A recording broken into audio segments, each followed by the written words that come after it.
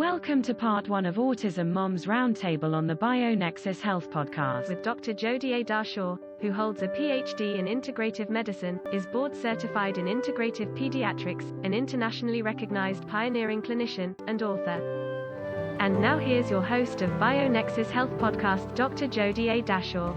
Hello and welcome back to BioNexus Health Podcast's Autism Uprooted. Today we have another unique podcast for everyone. We are speaking to parents of special needs children, and we have a number of participants that have joined already, and there will be more joining as we proceed with today's webinar. Today's webinar is going to be about diet. And it's not really a webinar, it's more like a Q&A session. So I would encourage anyone that has any kind of diet questions to please ask their questions. But first, if everyone can give us a really brief, a 5-second introduction, please. The first person I see here is Nisa. Nisa, would you like to start? Yes, I'm a mother of a 7.5-year-old boy who is on the spectrum. He's severely autistic. We have been given the diagnosis of PAN, Lyme, and mold. And he's on the protocol from the last 5 months, and he's doing well. But we have some concerns about diet and his intolerances about different diets. Okay, very good. Who would like to go next? How about Imran? Okay. Hello, doctor. How are you? My name is Imran Ali Abbas, and I'm from Islamabad, and I'm a father of a 10 years old daughter, and she's on the spectrum, and we are on the protocol for the last 10 days. 10 days. Okay, cool. All right. Yeah. How about Hajra? I'm a mother of 6-year-old boy who is on spectrum named Osija, and we are on the protocol from the last 8 months. Awesome, thank you. Let's go to Novia.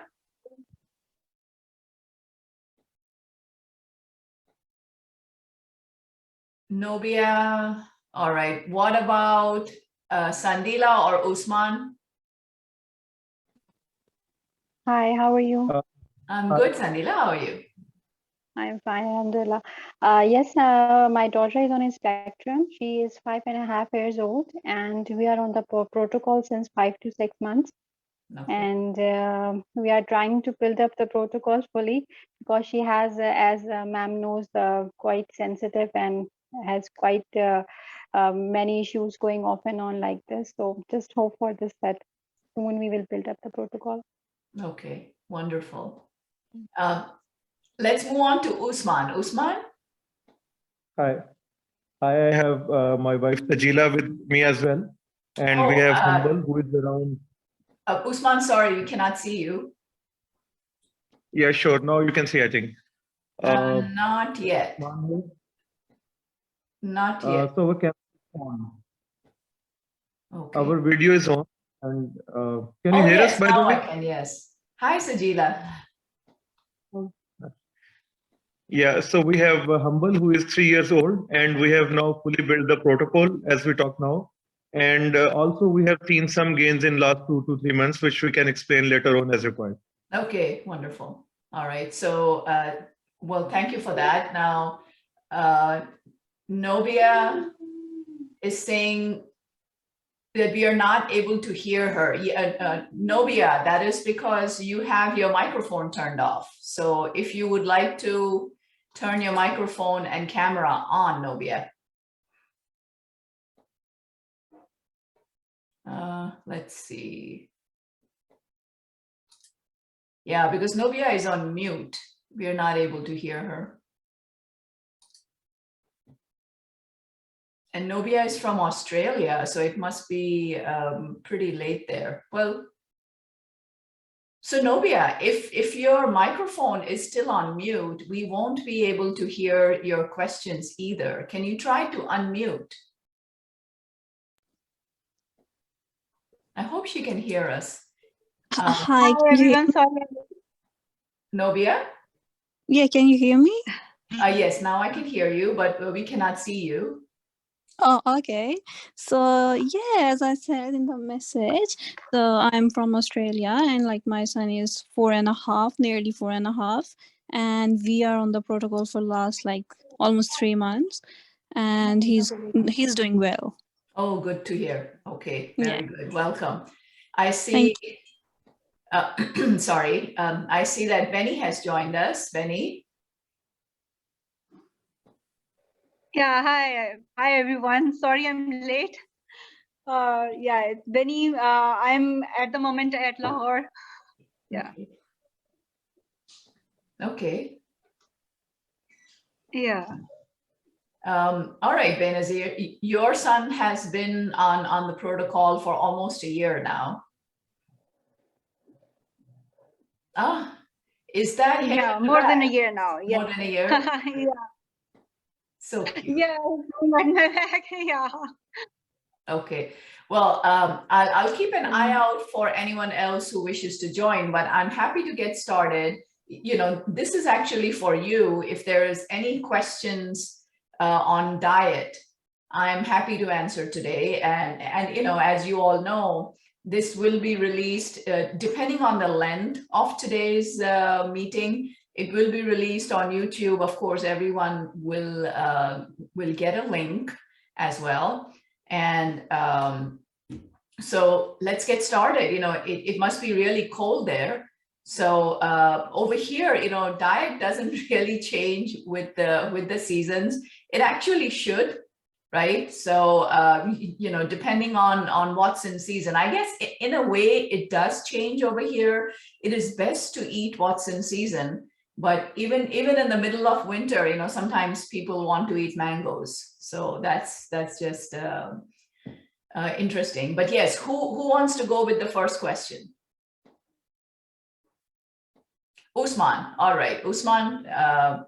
Usman has raised his hand, so the floor is yours, Usman. Please proceed. Yeah, sure. So a couple of things we want to know.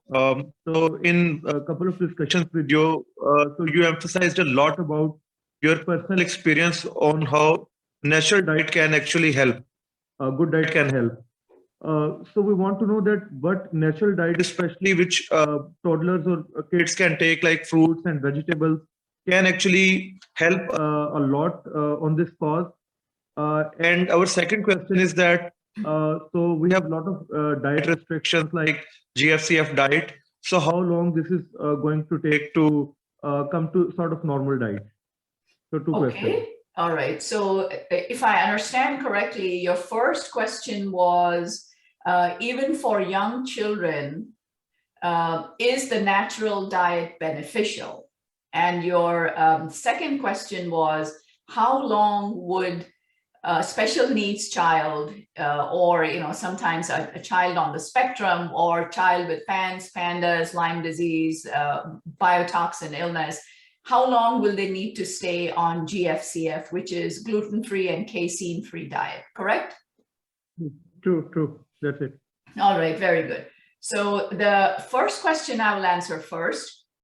Natural diet is highly beneficial for everyone in the family, not just for the child. You know, it is a very easy way when you decide to have children and you know, even during pregnancy as well, it is best to just kind of change the eating habits of the family. So if you are living with your joint family, extended family, you know, elderly people will absolutely benefit from completely natural, chemical-free diet.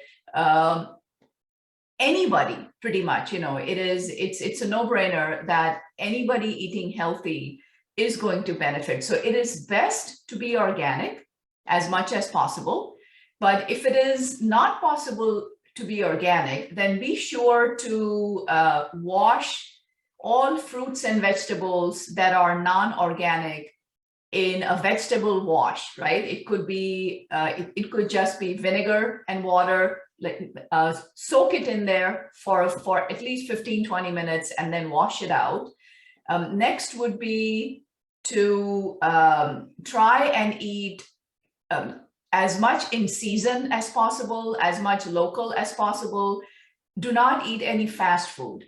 Maybe once a month is okay if you want to go to McDonald's, but if you guys have seen, look at the ingredients that you're eating, okay? And any kind of processed food which you purchase, it could be, you know, it could be crackers, biscuits, chocolates, cakes, whatever, juices.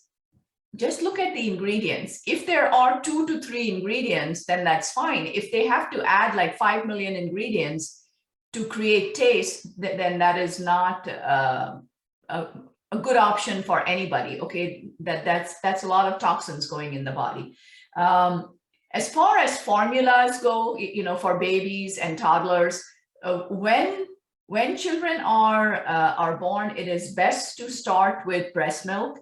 But if latching on is an issue, or it is not possible to breastfeed, right? Try and pump your breast milk and supplement as much as you can. If you are using a formula, try to see if you can make that organic. We have many options here in the US, but you know, those of you who don't have options, it might just, you know, because the reason why I'm mentioning organic formulas is because conventional formulas have been shown to have a lot of glyphosate and heavy metals and toxins in there. And, you know, children end up getting allergies and GI issues, you know, gastrointestinal issues. So 6 months, when you start introducing solid foods, once again, it's very simple, as much clean as possible. Minimum ingredients, you know, I like to make my own baby food. Many of my holistic parents like to do that as well, right? You make your own baby food, always home cooked as much as possible.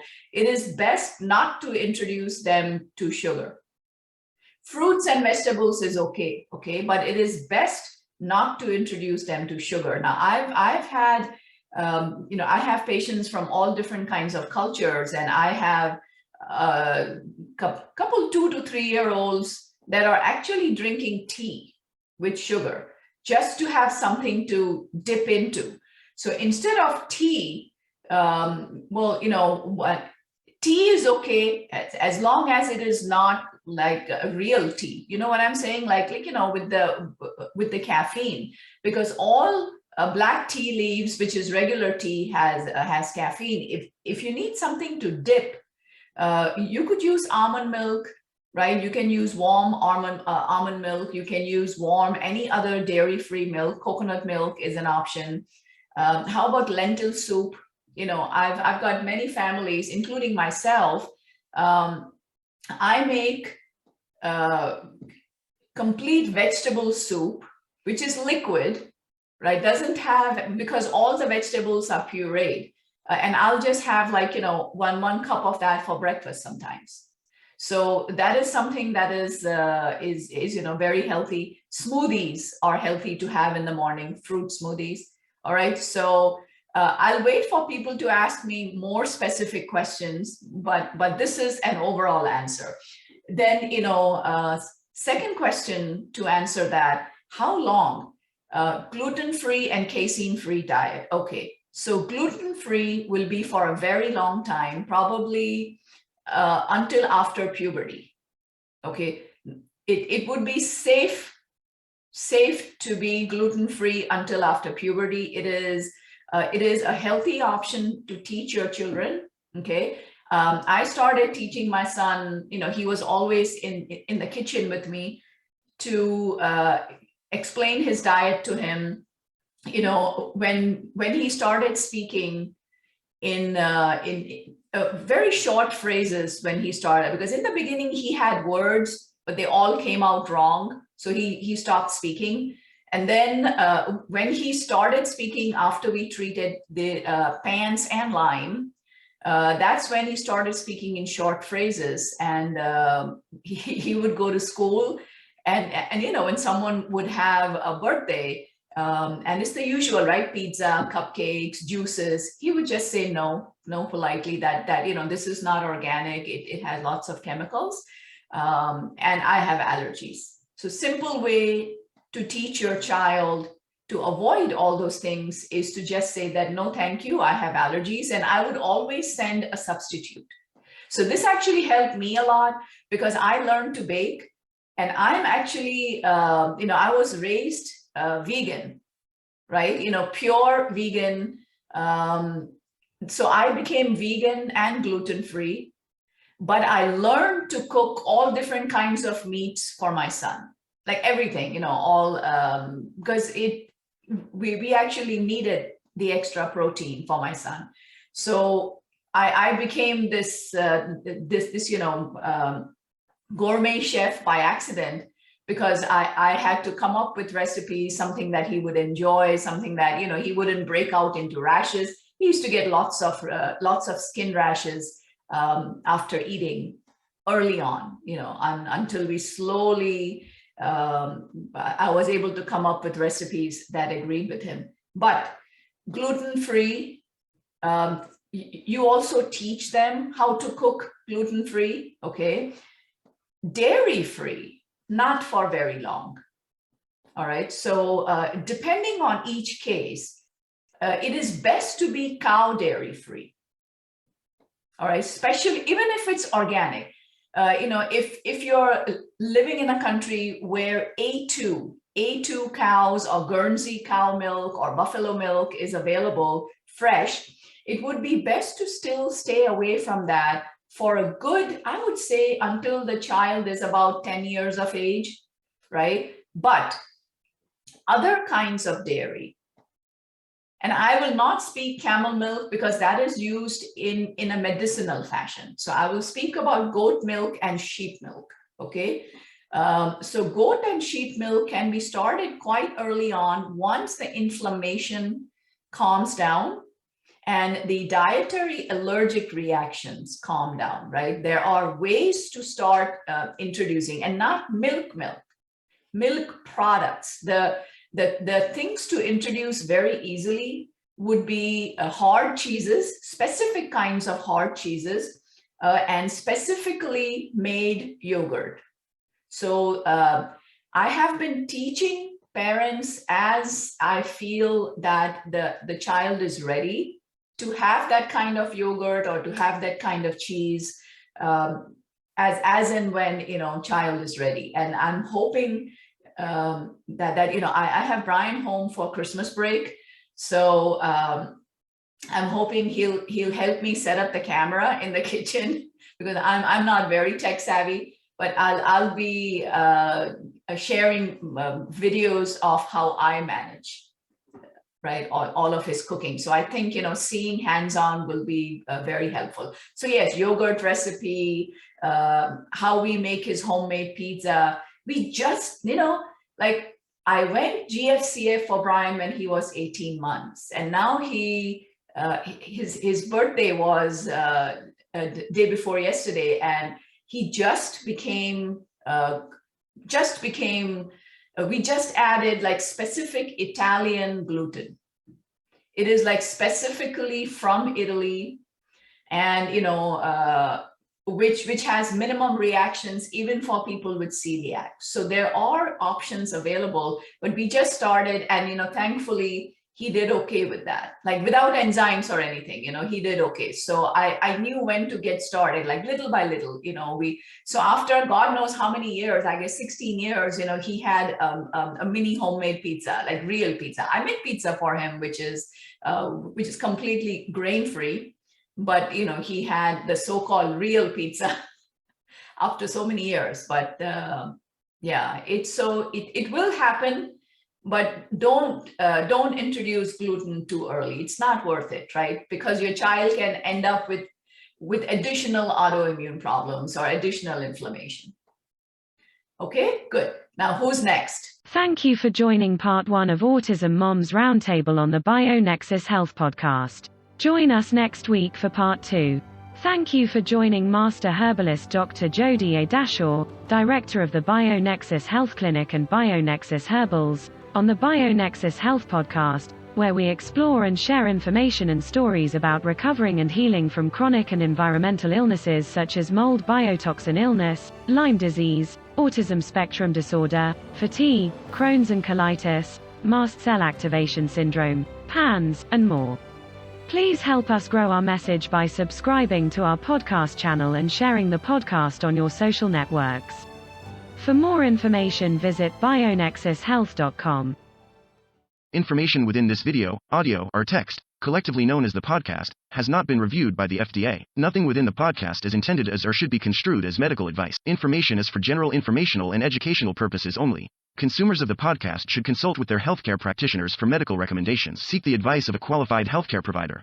Do not disregard the advice of a healthcare provider based on any information from the podcast. The information within the podcast may contain information concerning dietary supplements or over-the-counter products that are not drugs. Our dietary supplement products are not intended for use as a means to cure, treat, prevent, diagnose, or mitigate any disease or other medical or abnormal condition.